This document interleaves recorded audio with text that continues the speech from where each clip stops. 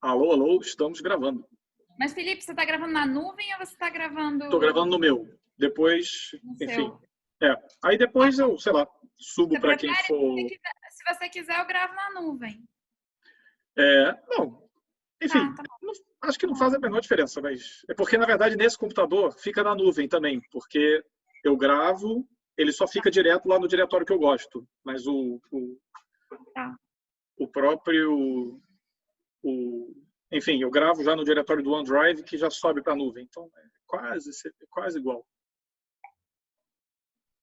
Bom, você já está gravando, né? Já está gravando. Então, a gente tem que apresentar o Felipe aí. Dani, vai lá, apresenta o Felipe. Marcos Vinícius, quer apresentar o Felipe, cara? Você que foi orientador dele? Marcos, você está no mudo. O Marcos está no mudo. Acho que é melhor eu apresentar, hein, cara. Vai lá, Marcos, vamos ver. O Marcos Eu acho que é melhor recomeçar a gravação, sabe? Porque... Depois eu corto isso, não tem problema. Marcos, apresenta o Felipe, então. O Felipe eu vou apresentar rápido, porque todo mundo já conhece o Felipe aí, já sabe. O Felipe foi um dos caras que me fez arrepender de ter feito física, sabia?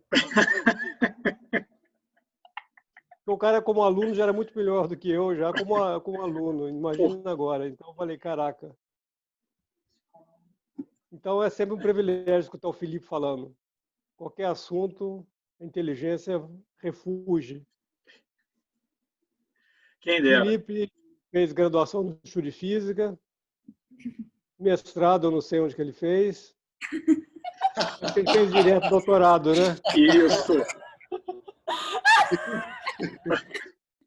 Ele fez um doutorado brilhante, apesar do orientador. Depois ele se dedicou a brincar com cascavéis no deserto Los Álamos e escrever papers em física boa, realmente, de qualidade. Depois ele voltou, foi ser professor do Instituto de Física, e é uma das joias do nosso instituto, o nosso futuro. Então, o que ele vai falar, eu já sei que é interessante, já queria bater palma de antemão, mas eu vou esperar até o final. Eu vou cumprir o que o Farina me obrigou, né? Não ficar quieto, não vou fazer pergunta nenhuma, tá? Porque o Farina me obrigou, falou, não, você só assiste sem falar nada.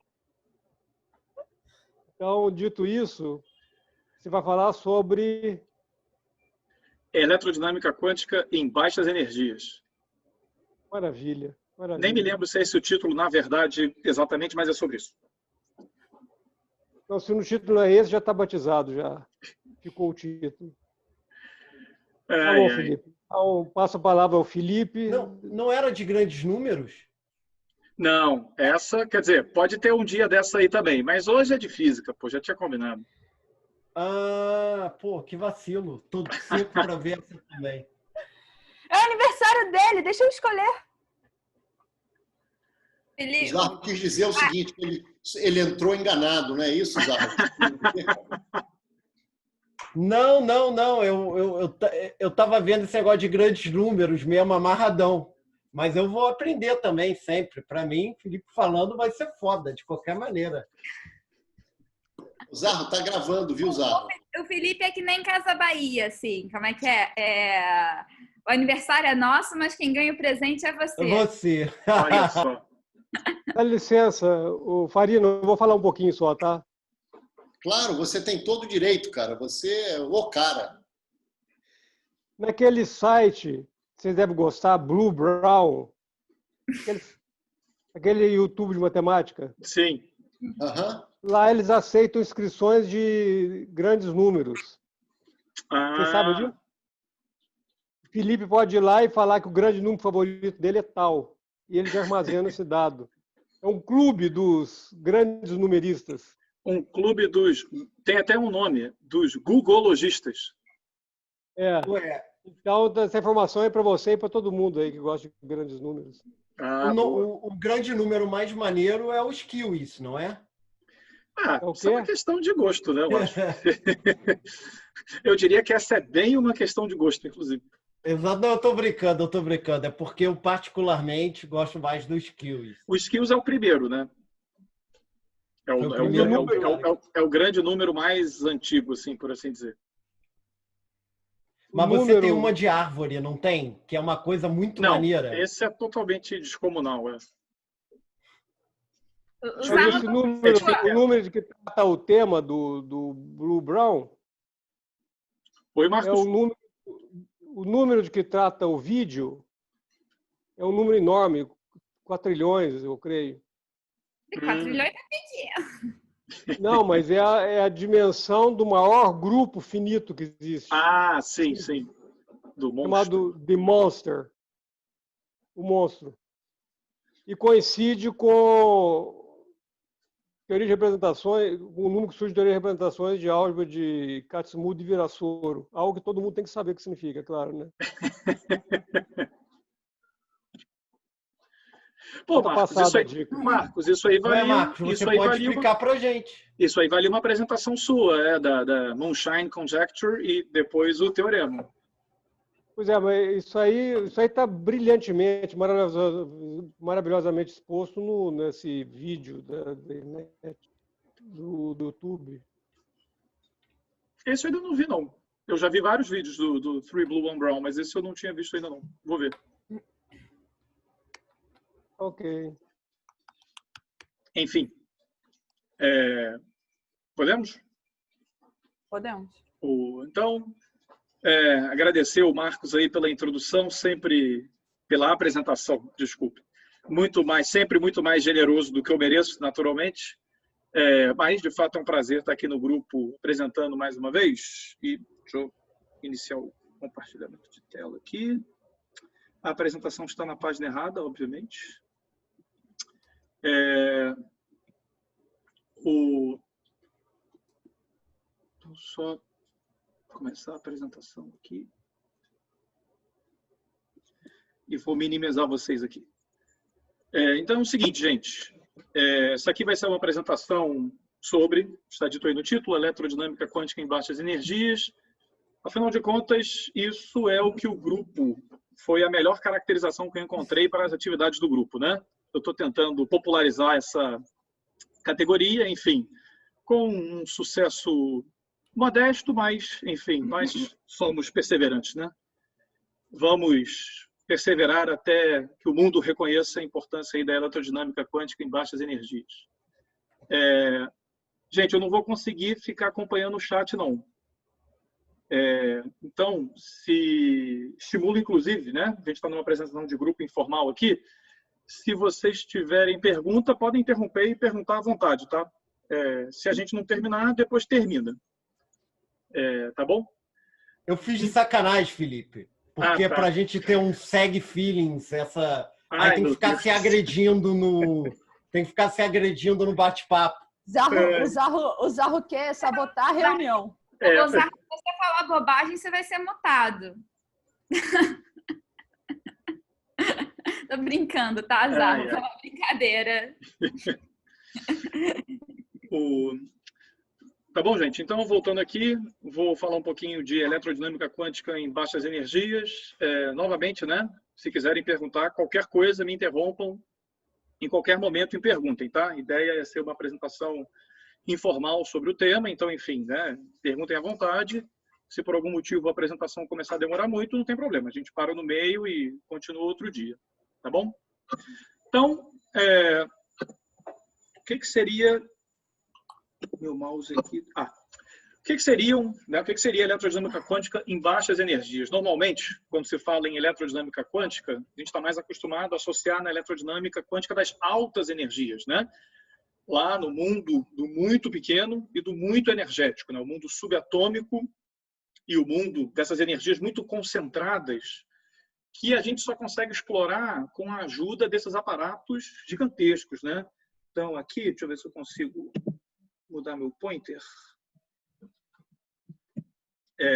Então, aqui, né, a gente vê um detector lá do LHC, né, o Large Hadron Collider. Esse aqui, se eu não me engano, é o Atlas. E, enfim, né, não sei se vocês conseguem ver uma pessoa aqui, mas isso dá a dimensão do tamanho desse detector aqui, tá? E as coisas têm que ser desse tamanho porque as energias necessárias para estudar os fenômenos atinentes lá à física de partículas são muito altas, então a gente precisa, né, na verdade, isso é parte de um acelerador gigantesco, né, O LHC tem 26 quilômetros de circunferência, aproximadamente, e a gente precisa desse equipamento gigantesco para conseguir acelerar as partículas, as energias necessárias para poder estudar a eletrodinâmica quântica em altas energias, né? Então, esse é o Atlas, o LHC tem vários outros detectores. Aqui embaixo, né, é um estudo de um acelerador ainda mais potente que o LHC, que é o próprio universo, né? Sobre o universo a gente não tem controle, a gente tem mais controle um pouquinho sobre o LHC. Sobre o universo a gente tem bem menos controle, mas o fato é que, de vez em quando, uma partícula extremamente energética, bem mais energética do que o que a gente consegue produzir no LHC, atinge a atmosfera da Terra e aí desencadeia uma série de reações aqui, no que o pessoal chama chuveiro, no jargão, né? Então, o raio cósmico ultraenergético bate na atmosfera, interage, desencadeia toda essa reação aqui e os destroços são detectados aqui no solo, né? Então, isso aqui são tanques, tá certo? De água que são espalhados por esse deserto. Isso aqui é um desenho do Pierre Auger, um detector, né, desse tipo de detector de solo dos destroços dos raios cósmicos lá na Argentina. E, enfim, né, esses aqui, tudo que a gente detecta nesses tanques aqui, a gente usa como mecanismo para reconstruir o raio cósmico que, então, né, muito energético, que atingiu a atmosfera lá em cima. Então, aqui são dois exemplos, né, de sondagem que a gente pode fazer do universo em altas energias e, de forma nenhuma, eu quero menosprezar essa área, tá? O estudo da eletrodinâmica quântica em altas energias é fundamental, até porque é ele que vai, nesse campo que a gente vai investigar aí realmente as estruturas fundamentais do universo, tá certo? Para entender como o universo realmente funciona no seu nível mais básico, né? No sentido do seu nível mais fundamental, a gente precisa ir a cada vez mais altas energias, precisa quebrar matéria em pedaços cada vez menores para tentar entender seus componentes principais e suas interações.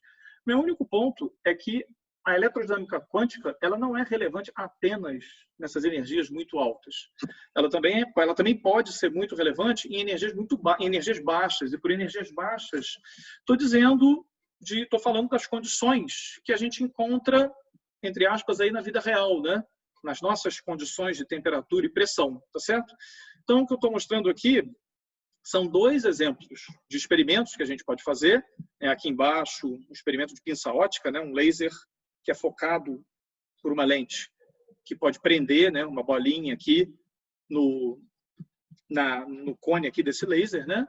E aqui em cima, um microscópio de força atômica que, enfim, né? Pode ser usado também para investigar os efeitos da eletrodinâmica quântica, nesse caso, por exemplo, a força de Casimir, né? E que são experimentos que podem ser feitos enfim, né? Podem ser feitos a temperaturas e pressões essencialmente normais, né? Temperatura ambiente, pressão ambiente, talvez, enfim, com cuidados especiais, certamente, mas podem ser feitos, não precisam desses equipamentos gigantescos para serem feitos, tá? Esse é o caso da força de Casimir, esse é o caso da emissão espontânea, do efeito Purcell, esse é o caso da emissão ressonante, da transmissão ressonante de energia. São tópicos que a gente vai ver aqui na apresentação, mas aqui eu estou querendo chamar a atenção apenas de que esses fenômenos são fenômenos que acontecem aqui no nosso ambiente, tá? As condições de energia,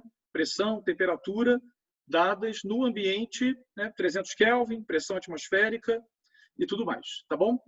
Então, esse era o contraponto que eu queria fazer aqui agora. E agora, a partir de agora, né? A partir de agora, não exatamente, mas a partir de alguns slides, a gente vai focar exclusivamente na eletrodinâmica quântica das baixas energias, tá bom? Que é essencialmente onde se concentram as atividades do grupo, tá? Enfim, que é isso aí. Antes de falar de eletromagnetismo quântico, é legal falar um pouquinho de eletromagnetismo clássico, né? Pois o eletromagnetismo clássico eu gosto de avançar esse argumento, embora um pouco controverso, o eletromagnetismo clássico é a interação mais importante, tá? Do universo para nós, tá certo? E isso porque, enfim, né, ele está embranhado aí em, essencialmente, todos os fenômenos relacionados à vida humana e, modernamente, a conveniência da vida humana. Eu poderia passar a apresentação aqui falando só das maravilhas do eletromagnetismo clássico, vou falar só de algumas, né? Aqui nessas duas figuras a gente vê o fenômeno de dispersão, né? Então, quando a luz entra num meio não trivial, seja um prisma de vidro, seja a própria atmosfera, um feixe de luz branca, que é composto de várias frequências diferentes, é um pacote, ele então se divide, porque as frequências viajam com velocidade diferente no meio, né? Em qualquer meio não trivial. A gente tem chamada dispersão das frequências, então elas viajam com velocidades diferentes. Isso faz com que, então, elas se dividam aqui por conta da lei de Snell, né? Acontece um fenômeno parecido nas gotículas de água da atmosfera. Então, a gente tem um efeito aqui de formação do arco-íris, né? Que é um efeito essencialmente similar a esse aqui.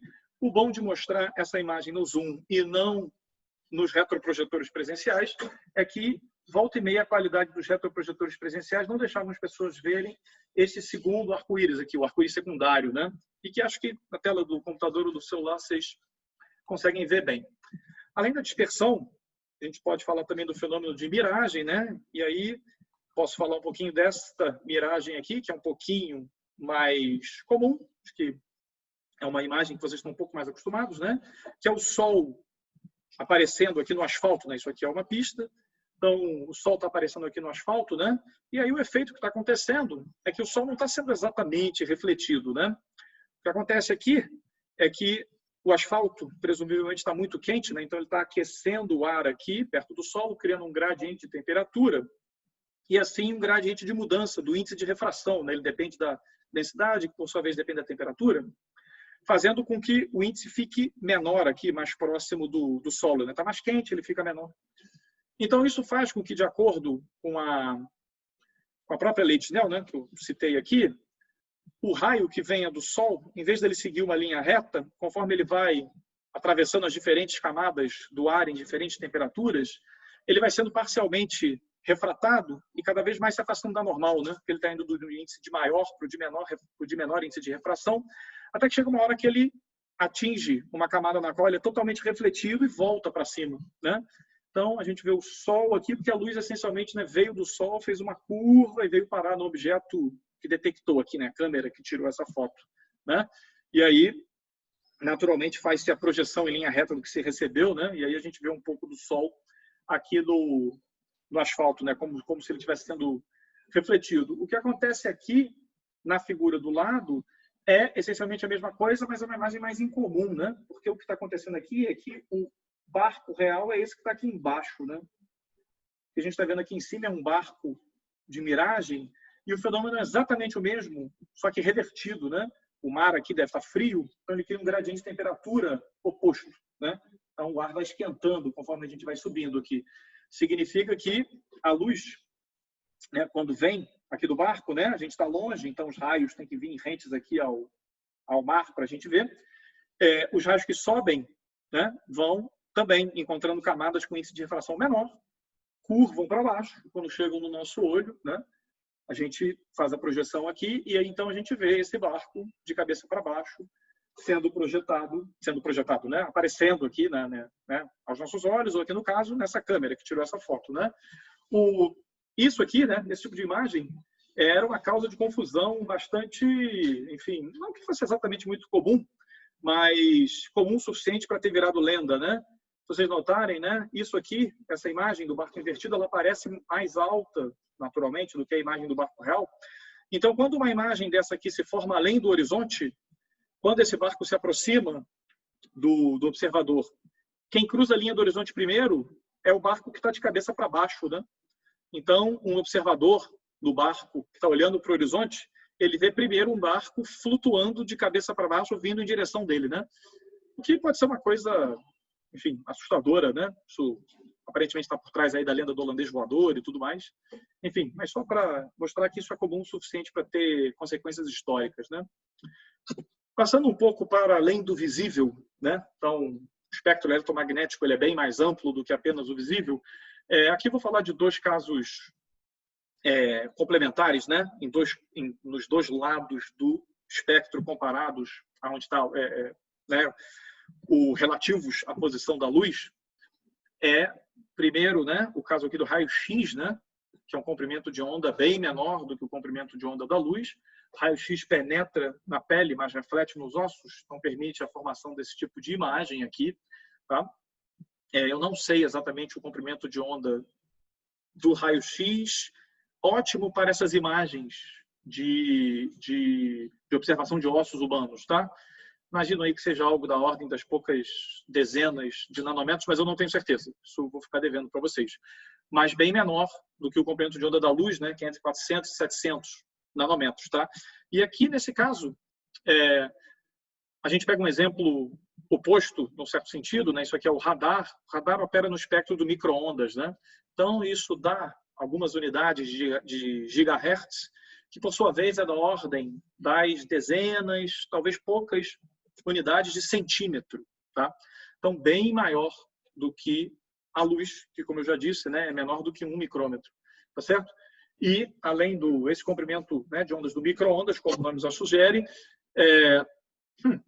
não era para ter aparecido exatamente isso, mas vou falar, então, antes dessa imagem, né? O radar, então, né, o mesmo comprimento de onda levou à introdução do forno micro-ondas, né? Também utiliza comprimento de onda essencialmente nessa mesma grandeza, né? O comprimento de onda básico de funcionamento de um forno micro-ondas é determinado um pouco pelo seu tamanho, né? Então, aí da ordem de 10 a 30, né? Talvez 5 aí a 30 centímetros de comprimento, tá? Uma coisa maravilhosa que eu podia passar um tempão aqui falando também é só de fenômenos magnéticos, né? Mas acho que isso nos desviaria muito aí do nosso tema principal. Se a gente puder, né? Se depois a gente quiser ver esse vídeo, posso passar o link desse vídeo depois para vocês também. Mas, enfim, para a gente não dispersar muito aqui, acho que nesse momento é melhor a gente pular, certo? Direto para um dos nossos físicos favoritos, né? Esse é o James Clerk Maxwell.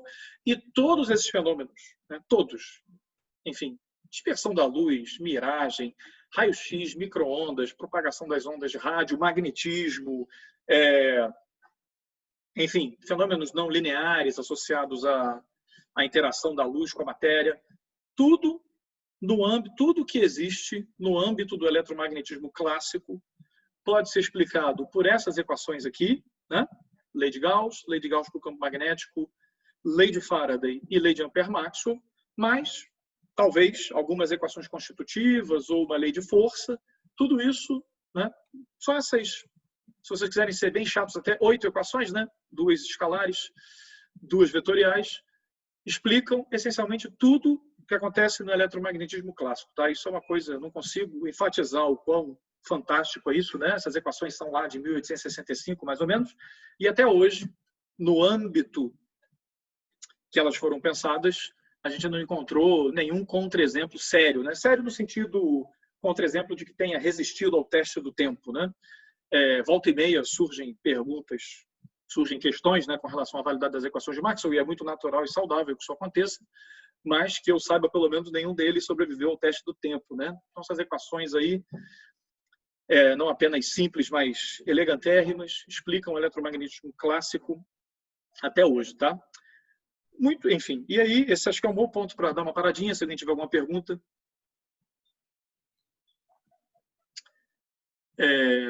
Enfim, então, continuando. Maravilhosas quanto essas equações de Maxwell sejam, né, tão maravilhoso quanto o eletromagnetismo clássico seja, enfim, ele encontrou alguns problemas aí no próprio final do século XIX, né? A gente sabe que, devido às próprias equações de Maxwell, um movimento, né, um modelo atômico baseado em uma carga negativa que se move aqui num círculo, centrada numa carga positiva aqui, é impossível, né? Isso é um modelo positivo, isso é um modelo possível para o sistema solar, né? Então a interação newtoniana, né? A gravitação newtoniana, né? A interação gravitacional newtoniana permite esse tipo de solução, né? Planetas girando aqui em torno do Sol indefinidamente, mas o eletromagnetismo clássico não permite que cargas negativas fiquem girando aqui pacificamente em torno de um núcleo positivo, tá? Porque essas cargas vão estar aceleradas, né? Vai ter um movimento circular aqui, então mesmo que ele seja uniforme, tem uma aceleração centrípeta, a aceleração causa radiação, ou seja, o elétron passaria a irradiar. Ao irradiar, ele perde energia e espirala aqui em direção ao núcleo, tá certo? Esse tempo pode ser calculado, ele é mínimo, né? Para parâmetros aí conhecidos atômicos, que já eram, inclusive, relativamente bem conhecidos na época. Então, esse tipo de solução é impossível, o que colocava um problema na época, né? Porque cargas, enfim, um modelo baseado apenas em cargas estáticas também era problemático, enfim. Havia um certo enigma, né? Uma certa charada aí para ser resolvida, porque o eletromagnetismo clássico funcionava já, né? Já se sabia muito bem nas escalas maiores, mas, por exemplo, para explicar um átomo, a gente com eletromagnetismo clássico não conseguia explicar, tá? Acho que mais, né, talvez ainda algo que chamava mais ainda a atenção dos físicos da época era o espectro de emissão de corpo negro, né? Então a gente aquece, né? E aí, enfim, né? Até porque esse, quer dizer, historicamente, né? Eu acho que esse fenômeno acabou se mostrando mais relevante, mas, enfim, a raiz do problema é a mesma, né? O eletromagnetismo clássico é incompatível com o comportamento observado, facilmente, nesse caso, observado dos corpos, né? Então, o que acontecia, né? A gente esquenta um corpo, ele começa a emitir radiação eletromagnética. Se a gente esquenta o suficiente, a gente começa a ver essa radiação, porque a distribuição espectral aqui, né, começa a pegar, né? Aqui no caso está em termos de comprimento de onda, né? Então a gente vai, né? As distribuições muito frias, elas ficam aqui confinadas aos comprimentos de onda mais longos. A gente vai esquentando, essa distribuição espectral ela vai pegando comprimentos de onda menores e menores. Daqui a pouco a gente começa a ver parte dessa radiação, porque a gente chega na luz, né?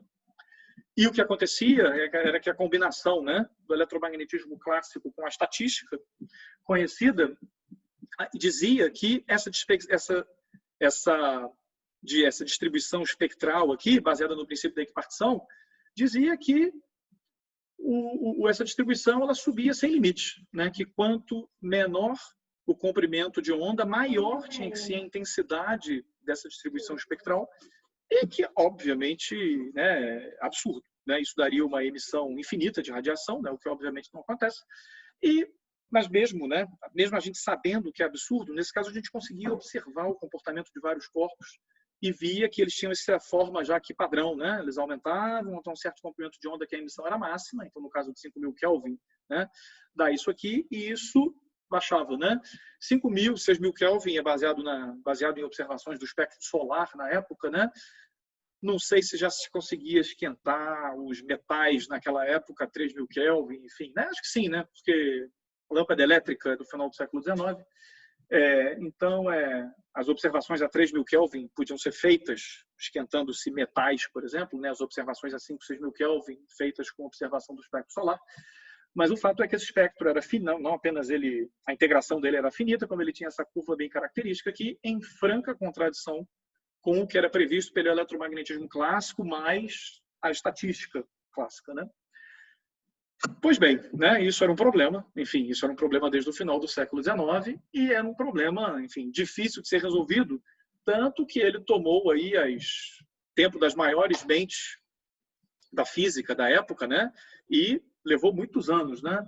Então, desde o artigo do Planck, né, de 1900, sobre a radiação do corpo negro, passando pelo Einstein, né, em 1905, né, com um artigo de efeito fotoelétrico, que, enfim, algumas pessoas defendem, e eu acho que é bastante razoável, né, é o nascimento do eletromagnetismo quântico, uma vez que a ideia do fóton nasce ali, né, mas a ideia, coloquei o marco aqui do artigo do Bohr de 1913, porque eu mencionei os modelos atômicos, né, e o modelo do Bohr viabilizava um modelo atômico reminiscente, né, dessa ideia do átomo como um sistema solar. 1917 marca o último artigo do Einstein, né, da tentativa do Einstein de construir essencialmente uma teoria eletromagnética quântica, tá? Para a interação da luz com a matéria, né? Então, o artigo 17 é o artigo lá no qual ele introduz os coeficientes de Einstein, tá certo? Isso aqui é o que hoje se convenciona chamar mecânica quântica antiga, que caiu em desuso, mas já era uma tentativa de se quantizar o eletromagnetismo, né? Então, aqui tem já um protótipo de eletromagnetismo quântico, né? Ou seja, um eletromagnetismo capaz de explicar a emissão de um corpo negro, capaz de explicar a estabilidade das órbitas atômicas, mas sem, né, sem fazer nada, sem descarrilar o que a gente já conhecia, né, no âmbito clássico, né? Aí, né, por volta de 10 anos depois, aí 1926 e 27, né, muitos físicos contribuíram, né? Em particular, meu vizinho lá de Albuquerque, né? O Heisenberg, Pauli e o Dirac, completaram, então, digamos, a mecânica quântica moderna, por assim dizer. Na verdade, hoje em dia, né, a gente chama isso aqui, né, a eletrodinâmica que eles propuseram, a eletrodinâmica não interagente, mas, enfim, o próprio fato deles conseguirem fazer uma eletrodinâmica livre, ou seja, na qual estão presentes apenas os campos eletromagnéticos, que funcionasse em âmbito quântico, já é um feito, né? Já é algo absolutamente fantástico. E sem entrar em muitos detalhes do que significa o campo eletromagnético quantizado, né? É dizer que os campos agora, em vez de serem funções no espaço, no R3, né? Funções vetoriais no R3, se tornam operadores que atuam sobre um certo espaço Hilbert, né? Aqui então faltou a notação, né, comum de chapéu aqui, né? No E e no B. Esses operadores obedecem relações de comutação não triviais, mas também não tão complicadas, né?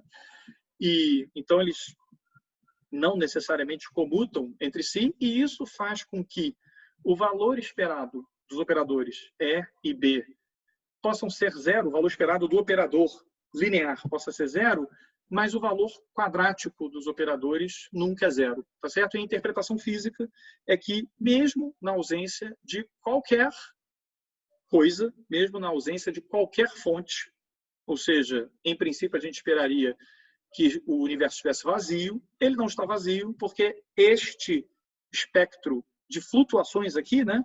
O E2 mede essencialmente as flutuações, ele não é nulo, né?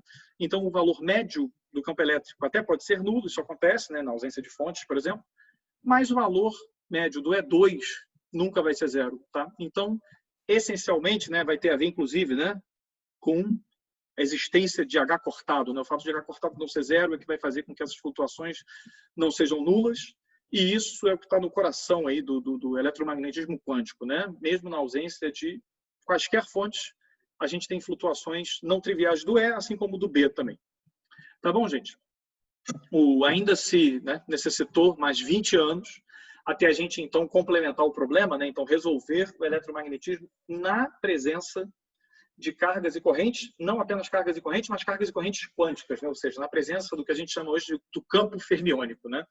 E sem entrar também, né, esses são os três dos arquitetos, né, o Schwinger, o Tomonaga e o Feynman, e, enfim, novamente, sem entrar em nenhum detalhe técnico, né, do que acontece, até porque os detalhes técnicos são bastante complicados, o que acontece é que a interação, um caráter fundamental da interação da matéria com o campo eletromagnético é o fato de que a matéria veste desculpem, não a matéria, né? As flutuações, aquelas flutuações que eu falei no slide passado, elas vestem as cargas que existem aqui, né? Então isso aqui podem imaginar essas coisas todas flutuando aqui, né? Então isso aqui está tudo flutuando, essas coisinhas que parecem uns comprimidos, né? Estão flutuando aqui.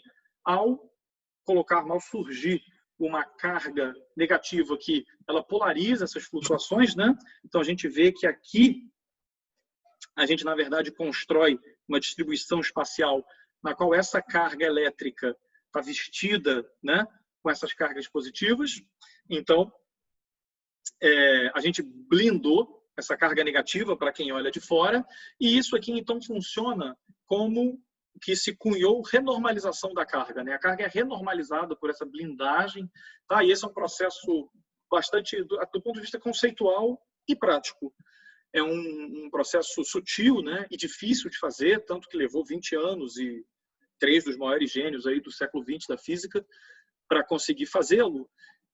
Mas a essência, talvez mais básica, é um pouco essa, né? As quantidades, carga, massa, têm que ser renormalizadas devido à existência da interação. A interação causa essa redefinição das quantidades e causa a interação causa a redefinição dessas quantidades, tá? Isso passou a ser chamado de normalização. A gente pode falar mais sobre isso também, né, depois da apresentação, mas acho que por enquanto a gente pode ficar por aqui, porque, né, e novamente, esse é um desses tópicos que renderiam várias apresentações e pode ficar tecnicamente bem puxado. Um dos exemplos de relevância do campo eletromagnético quantizado, digamos assim, no seu esplendor, né? Ou seja, do campo eletromagnético quantizado interagindo com a matéria, é o chamado desvio Lamb, né? Então, fazendo uma pequeníssima revisão aqui do desvio Lamb, o espectro do átomo de hidrogênio, de acordo com a equação de Dirac, tem essa expressão aqui, complicada, enfim, não quero que vocês prestem atenção aqui, mas a única coisa que é relevante para nós aqui é que, ao contrário do espectro de Schrödinger, que prevê que os L's e os N's são todos degenerados, de acordo com a equação de Dirac, o espectro do hidrogênio só tem a degenerescência em N, né? Por conta da simetria esférica do potencial, mas não tem simetria em L, né? Então, vocês vejam aqui que níveis com o mesmo N, igual a 2, né? Podem ter energias diferentes, tá? Né? Esse é o P, esse é o S. Então, níveis com L's diferentes podem ter energias diferentes, mas, ainda assim, sobrava uma degenerescência acidental. A equação de Dirac previa que esses dois níveis aqui, o 2S2 e o 2P2, apesar de não terem o mesmo L, né, fossem degenerados, ou seja, tivessem a mesma energia. Tá? E isso era o que era observado na precisão dos experimentos da época, até que, no pós-guerra, em 1947, o Lamb, cujo primeiro nome agora me fugiu, Walter Lamb, conseguiu, né, ele e o Rutherford, que trabalhava lá com ele, conseguiram medir uma separação entre esses dois níveis aqui, né? Eu recomendo a todos a leitura do artigo, né? Acho que é o Willis Lamb, né? Willis Lamb. Eu recomendo a todos a leitura, né, desse artigo, Lamb, Rutherford, é absolutamente maravilhoso, né? É um artigo que, enfim, acho que qualquer um graduado em física consegue entender, é muito legal. E ele mostra aqui, né, mostrou que aqui a separação entre o S e o P é da ordem de 11 GHz. O cálculo do Lamb mostrou que essa separação aqui é da ordem de 1 GHz, tá? E, bom, né, ele mostrou, e aí isso, né, bom, mas vem da onde, né? A equação de Dirac diz que não teria, né? E logo depois, num artigo que também é maravilhoso, famosíssimo, né? O artigo do Hans Bethe, o Bethe explica essa separação aqui por conta das interações com aquelas flutuações que eu mencionei no slide passado, né? Então, a interação do elétron em torno do núcleo, não apenas com o campo produzido pelo próton, né? Isso é explicado pela equação de Dirac, mas a interação com os campos flutuantes que estão ali onipresentes, né? Aqueles que não têm, que têm flutuação quântica diferente de zero, a interação com esses campos, que precisa de renormalização, né? Um cálculo que é acompanhável, mas não é fácil, tá? É um exemplo de sucesso, né, de aplicação da renormalização, talvez o primeiro, e que no final das contas a gente, né, obtém essa separação aqui de 1 GHz, né, e aí esse cálculo depois foi bastante refinado, né, e talvez não, é certamente um dos marcos da eletrodinâmica quântica moderna, né, da eletrodinâmica quântica que, né, virou depois material de livro-texto e tudo mais, né. Então o desvio Lamb é um exemplo aí marcante dos efeitos de flutuação, nesse caso, nos átomos, mas, enfim, na física como um todo. E, em seguida, temos a emissão espontânea, né? Que é, digamos, uma outra face do desvio Lamb, né? Quando a gente, em geral, hoje, modernamente, né? Quando se estuda emissão espontânea e desvio Lamb, eles vêm juntos ali no formalismo, né? E a outra face, então, da interação dos campos flutuantes com os elétrons aqui em torno de um núcleo, por exemplo, é essa, né? Não apenas você desvia os níveis, ou seja, essa órbita fica um pouquinho mais próxima, um pouquinho mais distante, mas como também você afeta o tempo de vida que no caso esse elétron, passa nesse nível, né?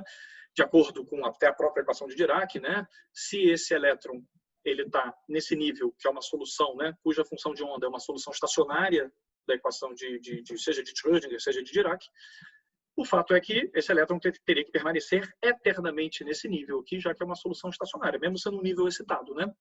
O que faz com que isso aqui aconteça, ou seja, que este elétron, né? E a gente sabe disso, né? A gente coloca um elétron no nível excitado, ele não fica lá, ele rapidamente decai, né? O que causa essa mudança de nível também é a interação com esses campos flutuantes, né? Se não fosse assim, se houvesse a equação de Dirac ou de Schrödinger apenas, esse elétron ia ficar aqui eternamente, né?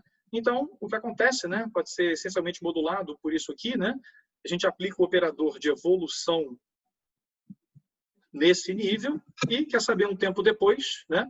Bate então o Bra aqui e quer saber um tempo depois qual é a probabilidade, qual é a amplitude de probabilidade dele ter ficado nesse nível, né? E a gente descobre em certas aproximações, né? Também não vou entrar em muito detalhe aqui, que isso, né? Pode ser descrito por essa função exponencial aqui, né? Então vai passando o tempo, né? A probabilidade de você encontrar ele no estado excitado é cada vez menor, exponencialmente menor, onde esse gama é uma função aqui, também não quero que vocês prestem atenção nessa fórmula horrível, só para mostrar que ele é função da interação aqui, né? Então, V entra aqui, tá certo? E esse V aqui, no caso, por exemplo, da interação com um campo eletromagnético quantizado, vai ter a ver com justamente como as cargas, como um elétron, por exemplo, se acoplam com esse campo quantizado, né? Se for um acoplamento dipolar, né? Pode ser o D escalar E, pode ser o P escalar A, enfim. Mas o fato é que esse gama vai depender desse V e ele também é induzido, né? Ele é efeito da interação desse elétron com um campo quantizado. Tá bom, gente? A emissão espontânea, né? A gente, enfim, dei um exemplo aqui, não dei um exemplo, né? Eu descrevi bastante calcado aqui na teoria, mas isso é uma das razões pelas quais o eletromagnetismo quântico em baixas energias é importante. A eletrodinâmica quântica, a emissão espontânea é um mecanismo dominante de emissão de radiação em muitos exemplos absolutamente corriqueiros, tá? Então, se a gente pega o caso aqui dessa jarra com vagalumes aqui dentro, né? A luz emitida por esses vagalumes é emitida por um processo chamado de quemiluminescência, porque ocorre a excitação dos níveis eletrônicos, ou talvez, enfim, né, não apenas eletrônicos. Elas acontecem quimicamente, mas o decaimento é por emissão espontânea, né? O caso da fluorescência é parecido, mas aqui, né, aqui a gente envolveu a química, né, atinente lá a como os vagalumes se acendem, né, se excitam suas moléculas para depois elas decaírem e emitirem luz. A fluorescência envolve apenas o campo eletromagnético, né? Então a gente irradia certas substâncias com comprimento de onda em geral acima, né, mais energético que o visível, né? Então no ultravioleta, por exemplo, ultravioleta próximo, e aí devido a processos internos aqui, essa substância quando emite de volta, emite no visível, né? E é por isso que a gente tem um saldo de luz, né? Se a gente tivesse que dar a luz para receber luz, talvez não fosse tão interessante, né? Mas e aí a gente tem, né, fluorescência em diversos comprimentos de onda possíveis, mas esse decaimento, né, a substância absorve no ultravioleta e quando decai por emissão espontânea. Essa fluorescência pode acontecer mais lentamente, né, que é o que acontece quando essa excitação coloca a molécula ou o combinado de moléculas num estado protegido, né? Seja por alguma regra de seleção ou por alguma razão, quando esse estado é protegido contra decaimento, ele decai mais devagar, e então a luz ela é menos intensa, mas ela dura mais, né? E esse é o fenômeno aí tipicamente conhecido como fosforescência, tá certo? Todos eles, na verdade, variam pela maneira como a substância é excitada, né? Ela pode ser excitada quimicamente, ela pode ser excitada mecanicamente, ela pode ser excitada eletromagneticamente, mas o decaimento é sempre por emissão espontânea, tá? E, enfim, acho que só isso deveria servir para convencer vocês de que emissão espontânea e, portanto, a eletrodinâmica quântica em baixas energias é um assunto importante, mas, enfim, estou enfatizando aqui assim mesmo, né?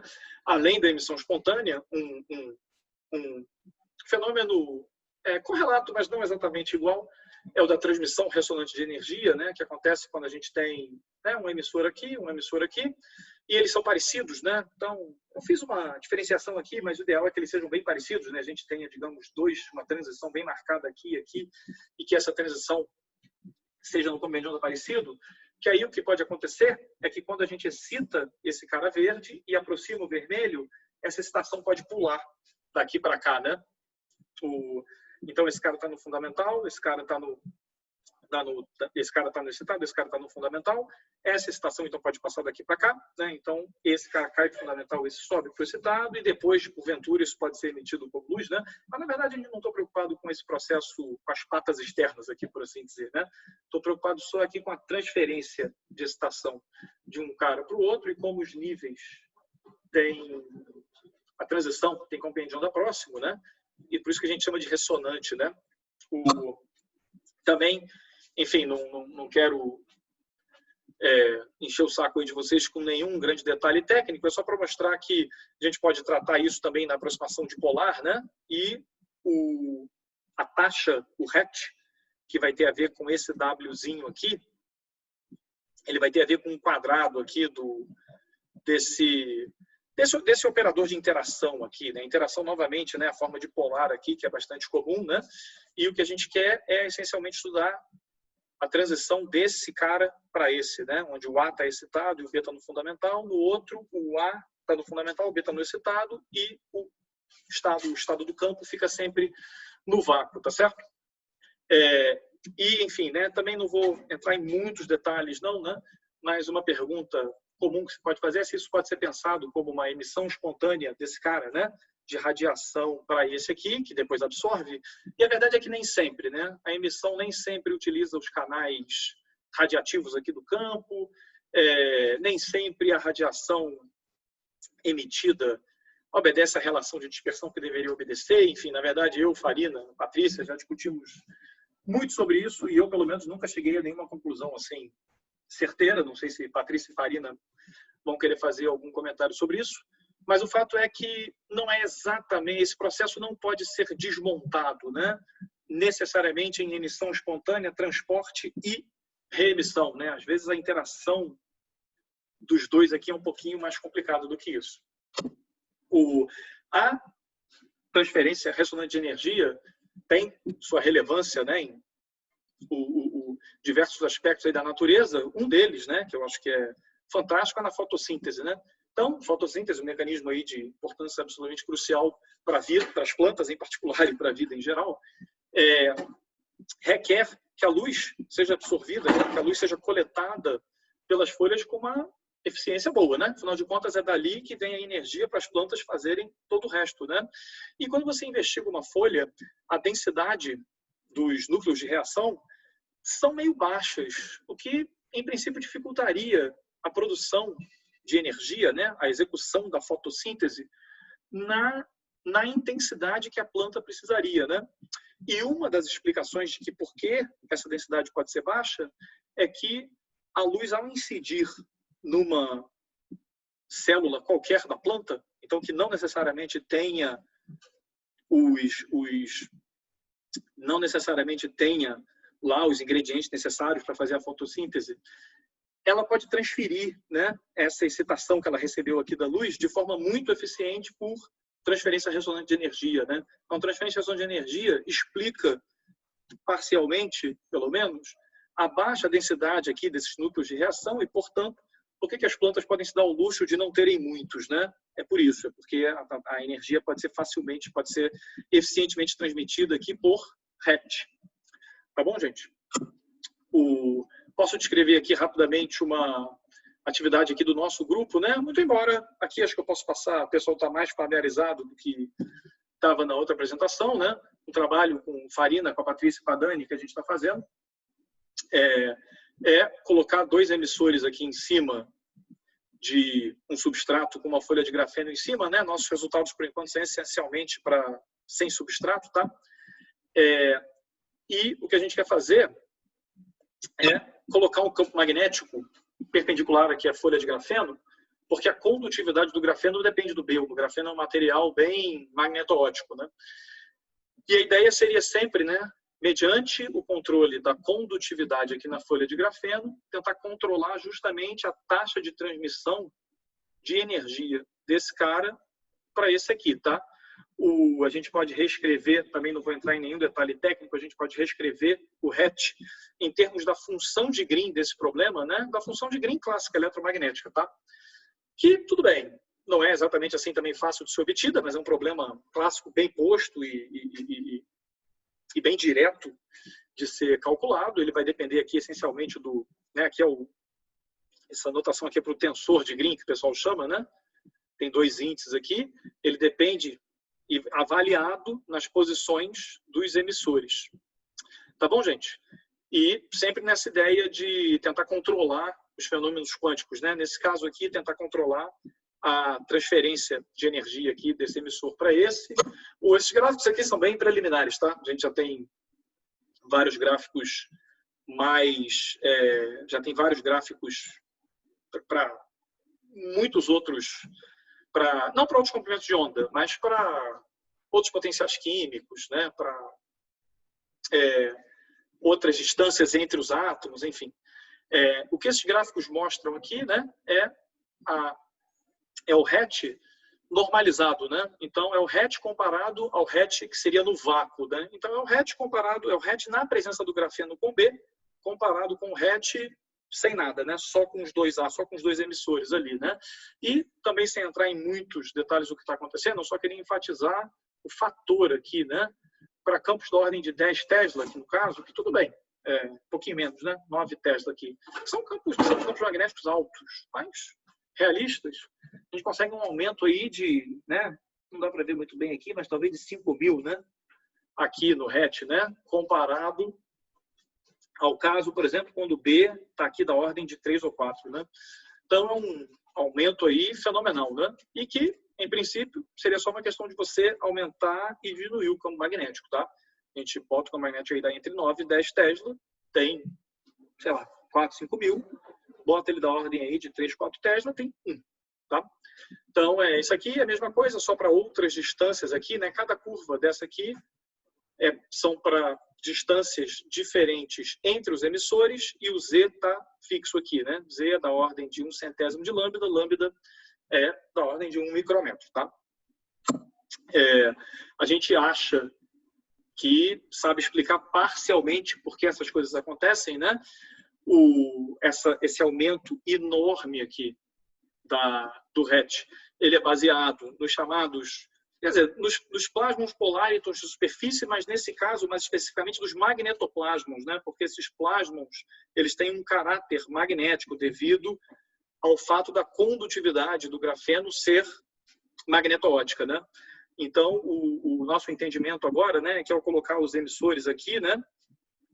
Por exemplo, coloco um emissor aqui, coloco o outro aqui, o fato desses magnetoplasmons terem, né, eles se propagarem aqui e terem um comprimento finito de propagação, baseado no fato de que o grafeno não é perfeito, então a sua condutividade tem parte real e tem parte imaginária.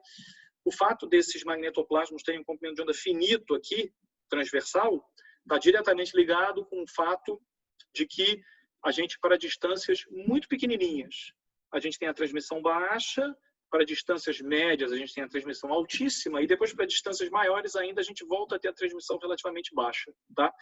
Isso acontece porque, né, a gente está falando da transmissão aqui relativa, quando a gente está a distâncias muito pequenas entre os átomos. Na verdade, o que importa é a interação entre os dois átomos e não a interação com a placa. À medida que a gente afasta os átomos, a interação com a placa passa a ser mais importante, né? Então, quando a distância entre os átomos é 10 vezes maior do que a distância para a placa, os átomos estão aqui, né? Bem pertinho da placa, mas já meio distantes entre si. Então, o que importa agora, né, é a interação com a placa.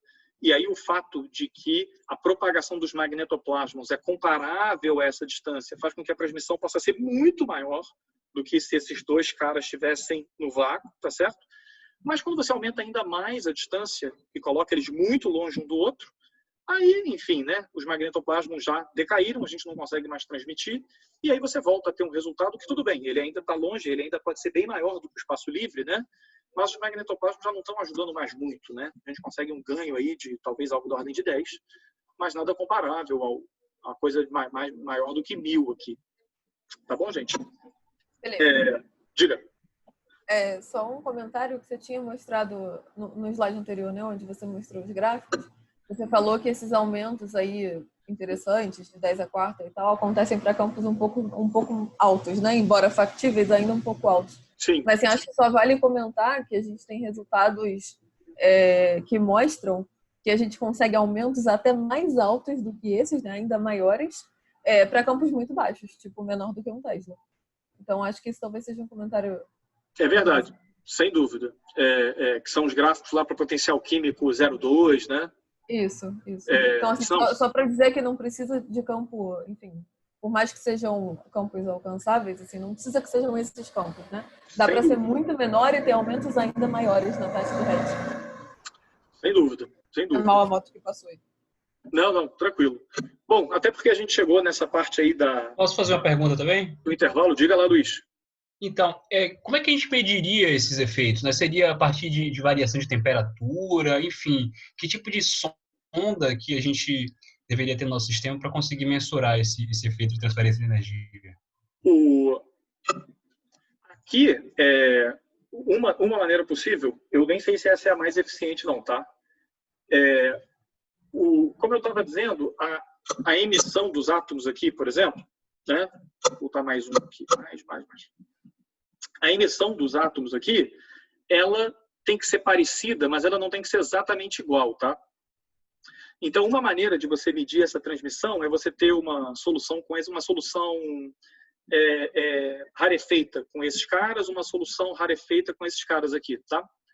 Quer dizer, rarefeita, mas também não tão rarefeita que eles não interagem muito pouco, né? Tem um certo equilíbrio aí um pouco tênue, porque também o fato de ser denso não tem problema nenhum para o efeito. O problema é que essas contas aqui passam já a não valer mais, enfim.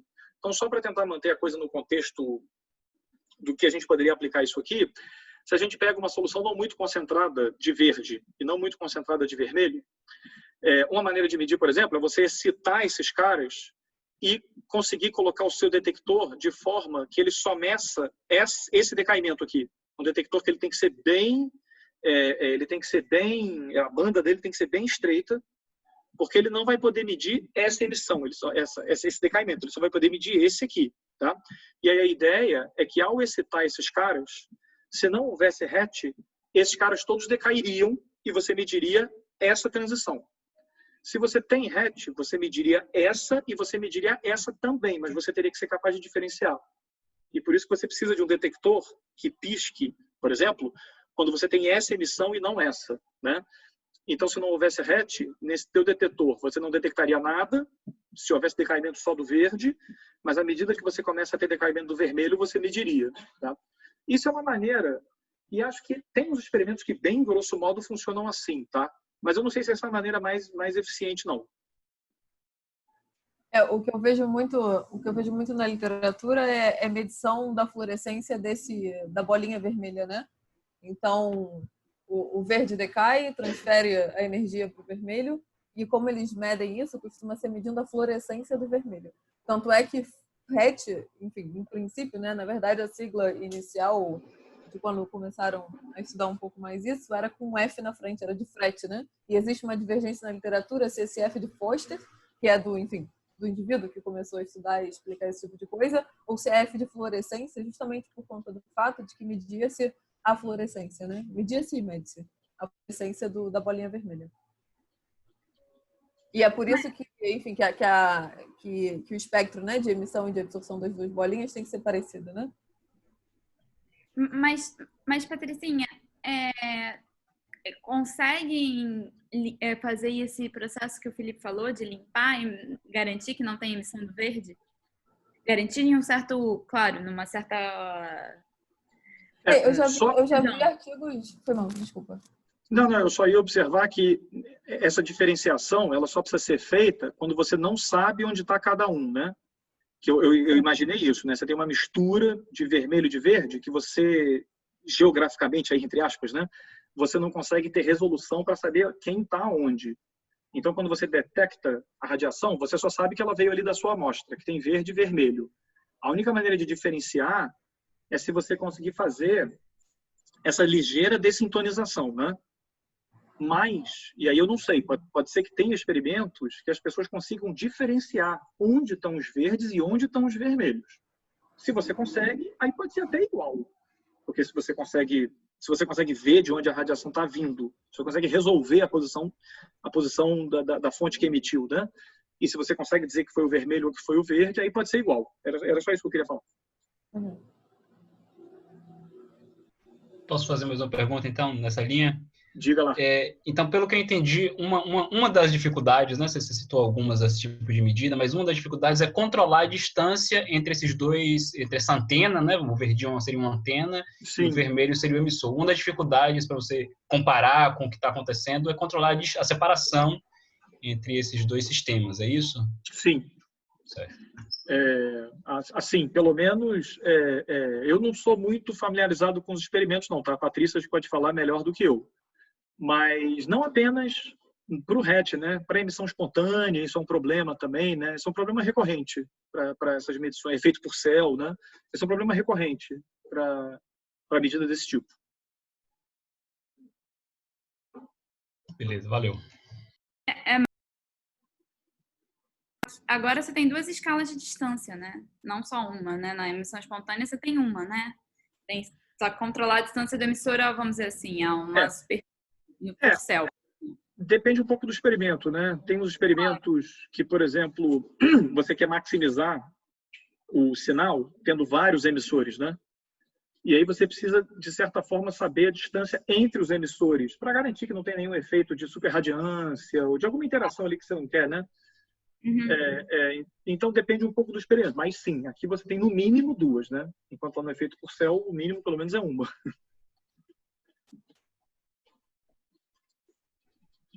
Vou perguntar mais uma coisa, não sei se... Manda bala aí, Luiz. Que eu fiquei bem interessado nesse efeito. Mas um outro comprimento relevante para esse tipo de problema seria o tamanho desses objetos? Pois é, eu nunca... eu nunca vi experimento desse com objeto grande, tá? Onde por grande da ordem do comprimento de onda que está sendo né, um objeto que é, por exemplo, da ordem do comprimento de onda que ele emite, tá? Em geral, que eu saiba, esses fenômenos, o interesse é quando a fonte é muito menor do que o comprimento de emissão. Mas, enfim, essa talvez seja uma boa pergunta, né? Eu acho que quanto maior é o objeto, mais difícil fica você resolver uma dada frequência, né? O objeto passa a emitir em mais frequências, aí talvez seja mais difícil de você monitorar, né? A transferência acontece de um para o outro, mas com objetos mais macroscópicos, por exemplo, talvez tenham tantos canais que fique difícil você controlar o que veio da onde, né? Mas eu não sei nem se tem, quer dizer, pode ser que tenha e eu que não sei, mas os experimentos que eu conheço que são poucos, né? Os emissores são, em geral, bem menores do que o comprimento de onda. Mas aí, novamente, acho que a Patrícia pode falar mais do que eu.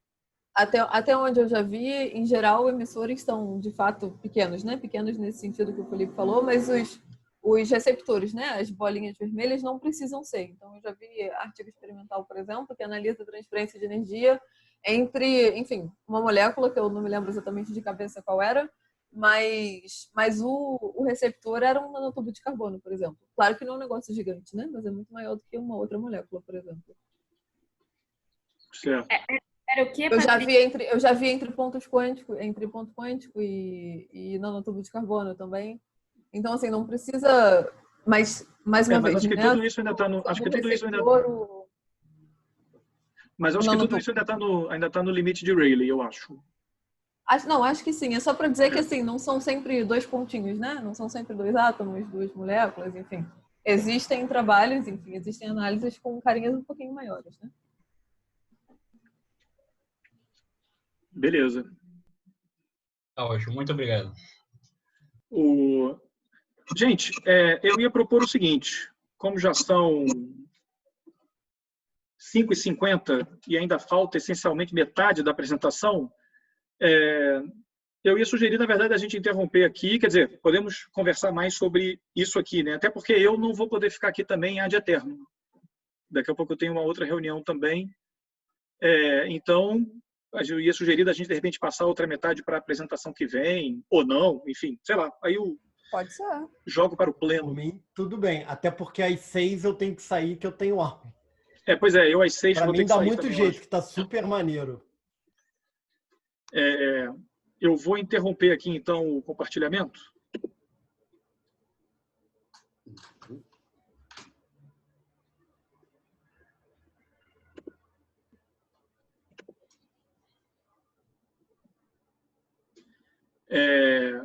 Bom, acho que só o Zarro se manifestou, enfim, a Clarissa acho que também, mas enfim. Eu sou favorável a parar agora, que pô, foi maravilhoso, Felipe. E a discussão foi ótima também. E o importante é isso, que todo mundo possa aproveitar. E não que você consiga dar tudo de uma vez. Exato. Eu acho que esse ponto é maravilhoso para parar. Tem meu apoio. E aí a gente vê se é na sexta que vem ou na outra, enfim. Mas eu apoio a sua sugestão.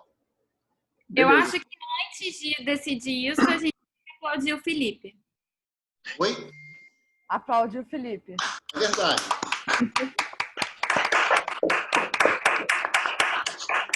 Você tem que parar a gravação também. Valeu, meu povo. O Marcos Vou estava interromper aqui. aplaudindo. Eu até desmutei, viu? Eu aprendi a falar o termo desmutar.